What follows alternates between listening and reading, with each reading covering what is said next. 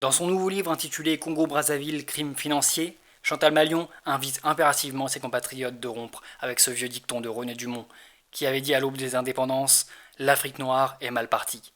Elle se demande si le Congo-Brazzaville serait mal parti.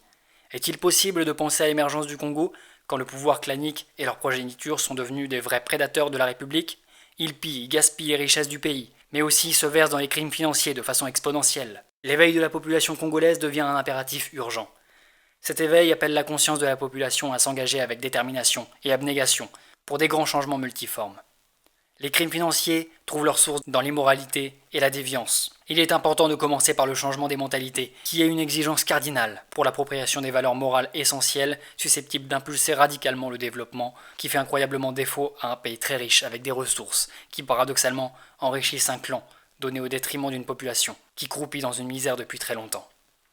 Il est inadmissible que les Congolais continuent et acceptent indéfiniment de s'appauvrir au profit de ceux qui tuent par le truchement des politiques désuets, qui ne participent pas à l'avancement du pays. Pays très riche de son sous-sol, qui possède le pétrole, gaz, minerais et les ressources halieutiques, qui pourraient faire de ce pays de 5 millions d'habitants un grand Norvège. Comment une poignée de Congolais peuvent-ils continuer à exploiter le pays, quelquefois avec l'applaudissement de l'élite, qui trouve bon de perpétuer l'exploitation et le vol à tous les niveaux de l'administration publique du pays? N'est-ce pas une trahison au devenir du pays? Chantal Mallion appelle à l'éveil des consciences pour résoudre le problème du retard significatif dont fait preuve le Congo, afin d'arrêter l'hémorragie sur les crimes financiers. L'éveil de cette conscience commande d'arrêter tout asservissement, d'où qu'elle vienne, et de se donner les moyens d'un véritable changement, dans un pays qui souhaite vraiment son développement.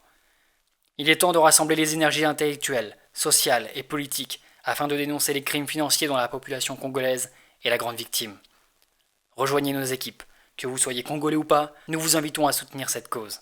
Adhésion libre à info@congoemergence.org. www.congoemergence.org.